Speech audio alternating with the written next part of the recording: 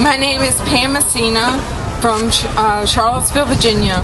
My abortion experience began many years ago when I was engaged to be married, and one evening I was raped. Not long after I found out I was pregnant.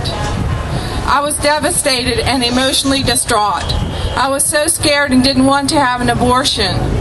I cried for days and was told I needed to hurry up and make a decision. I was tormented by wondering if it was just tissue, as the abortion industry stated back then, or if it was a real baby. I told my fiancé about the rape and pregnancy. He was very upset, but he told me he would support me. However, he became very conflicted about whether he thought I should abort or have the child. So I thought that he would leave me during the pregnancy and my child wouldn't have a father. For this and many other reasons, I decided abortion was the answer to my problem. However, immediately after aborting, the very second they took my baby, I knew that it was a big mistake, but it was too late. I now knew deep inside my body and soul that it was something very sacred. My shattered heart told me it was a baby and not tissue. In the recovery room, I felt very empty, alone, frightened, and an overwhelming sadness. The next day was very hard because my mother asked me how I was feeling. I told her that I made a big mistake and I was going to pretend it never happened. She told me that she was a teen mom and that she would have aborted me if it would have been available to her. She thought this would make me feel better about my decision. However, it made me feel much worse because if I had been given a choice, I would have chosen to be born.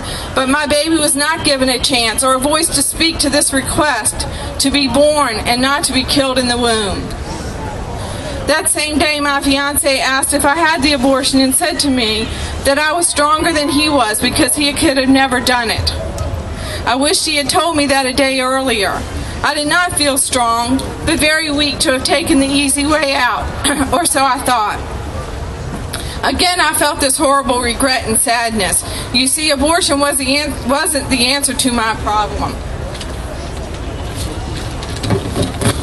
It just compounded it. I now had two traumas to deal with, the rape and dealing with the guilt and sorrow that I had killed my own child. A week or two later, I was married and tried to be happy, but began to suffer from depression. When I got pregnant again within a year, I began to have complications and thought I was having a miscarriage. I was so distraught because I thought I was going to lose this baby I wanted so much as punishment for what I had done to the previous one. However, the complications stopped, but I constantly worried throughout the pregnancy. Thank God I was blessed with a healthy baby, but I suffered with depression and anxiety a few months after delivery and couldn't figure out why. A few years later, I had another child and also worried throughout the pregnancy. But once again, I was blessed with a healthy baby, but I again suffered with bouts of depression and anxiety after delivery. I started having recurring nightmares about a baby who was in my care that was dying from starvation, and because I had neglected to feed it. I then had to explain to the parents what happened to their child. It was horrible. A few years ago, I started volunteering at my local pregnancy because I knew I had been very wounded because of my abortion, and I wanted to help others choose life. I would become very upset by the women and men who would call the helpline. So I realized that I needed to deal with my own feelings about my own abortion before I could effectively help others. I attended a Rachel's Vineyard retreat for post-abortive women.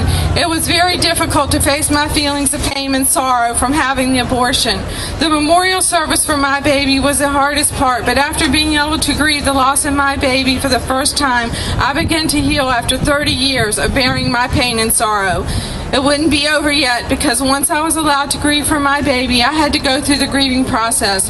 However, I soon found divine mercy and forgiveness through the repentance and through the love of Jesus Christ, and He gave me the ability to forgive myself.